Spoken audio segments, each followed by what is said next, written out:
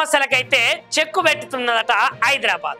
ఇక హైదరాబాద్ జిల్లాలోనైతే బస్సులు రాకుండా కొత్త బస్సు టెర్మినల్ అయితే హైదరాబాద్ లా రోజు రోజుకైతే పెరుగుతున్న ట్రాఫిక్ అయితే దృష్టిలో పెట్టుకొని ఆర్టీసీ అయితే చేస్తున్నదట కొత్త ఉపాయం. ఇక అంతరాష్ట్ర బస్సుల రాకపోకల కోసం అయితే కొత్త బస్సు టెర్మినల్ ఏర్పాటుకైతే ప్రతిపాదనలు వస్తున్నాయట.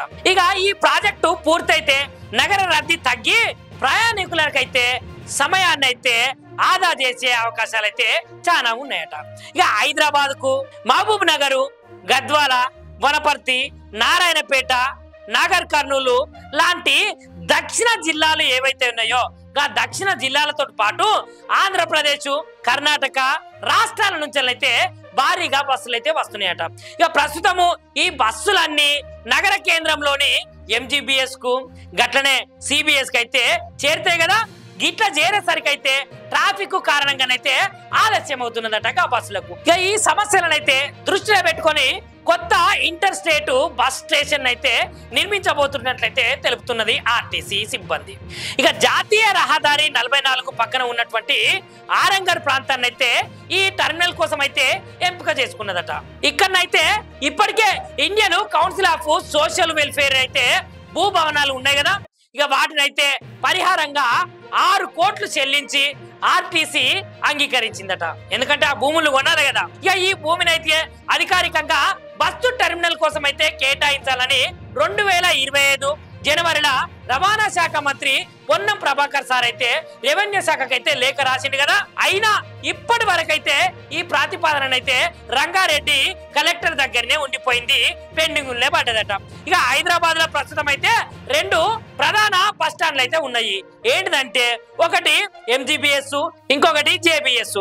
ఇక ఆంధ్రప్రదేశ్, కర్ణాటక వంటి రాష్ట్రాల నుంచి అయితే బస్సులు అయితే వస్తూ ఉంటాయి కదా. ఇక మరొక టెర్మినల్ జేబీఎస్ అయితే సికింద్రాబాద్ లో ఉన్నటువంటి ఈ స్టేషన్ ఉత్తర తెలంగాణ జిల్లాలైనటువంటి కరీంనగర్, నిజామాబాద్, మెదక్ తదితర ప్రాంతాల నుంచి అయితే బస్సులు అయితే వస్తాయట. ఈ 2 బస్ స్టేషన్లు అయితే ఒత్తిడి అయితే చాలా పెరిగి అక్కడ ఉన్నటువంటి ప్రజలకైతే చాలా ఇబ్బందులు కలుగుతున్నాయట.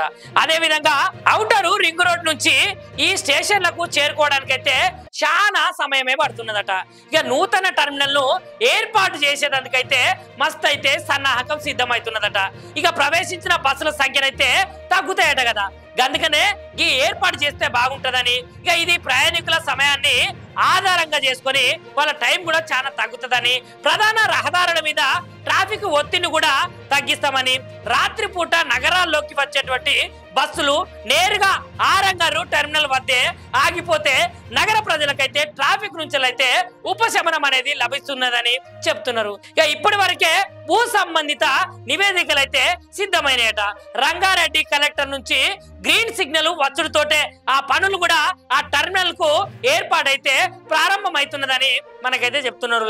ఇక అది పూర్తయితే హైదరాబాద్ నగరానికైతే మరొక కీలక బస్సు కేంద్రం అయితే లభిస్తున్నది. గట్లనే నగరం చుట్టుపక్కల ఉన్నటువంటి జిల్లాల ప్రయాణికులైతే ఇది ఎంతో ఉపయోగకరంగా మారే అవకాశం ఉన్నదని అయితే తెలుస్తున్నది. ఇక దీంట్లో భాగంగానే గతంలో నగరానికైతే 4 వైపుల లాంటి టెర్మినల్స్ అయితే నిర్మించే ప్రతిపాదన కూడా వచ్చిందట. ఇక దీంతో అయితే జిల్లాల నుంచి హైదరాబాద్ కు వచ్చే ఆర్టీసీ బస్సులన్నీ ఆయా మార్గాలలో ఉన్నటువంటి టెర్మినల్ కు మాత్రమే పరిమితమై ఉంటాయట. ఇక అక్కడి నుంచి ప్రయాణికులైతే సిటీ బస్సులలో నగరాల్లోకి వెళ్లాల్సి ఉంటుందని అయితే మనకైతే చెప్తున్నారు. ఇక మరిన్ని విశేషాలు ఏమున్నాయో ఎరికేనా, ఈ టెర్మినల్ ఆరంగర్ లోనే ఆగిపోకుండా నగర నలుమూలలా విస్తరించేటట్లయితే చేస్తారట. లైక్ చేయండి, షేర్ చేయండి, సబ్స్క్రైబ్ చేయండి. మరిన్ని వీడియోల కోసం బెల్ సింబల్ పై క్లిక్ చేయండి.